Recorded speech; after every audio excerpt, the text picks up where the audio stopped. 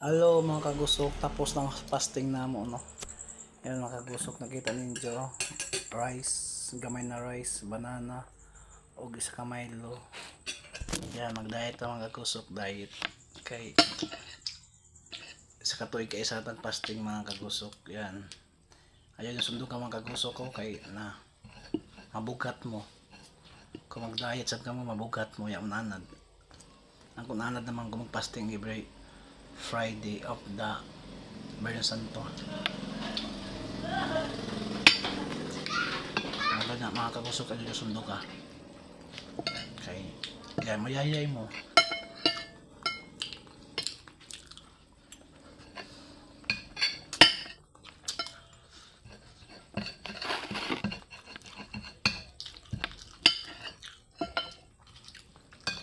Kaya fasting man gamay rice kaya para di madaot.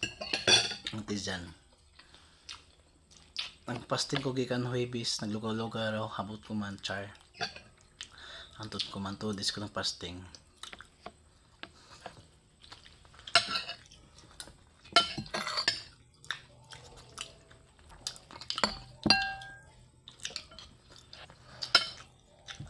Ugma pa yun, namukha ko lang namin sudan. Ito ko sa fasting. Shout out mga followers.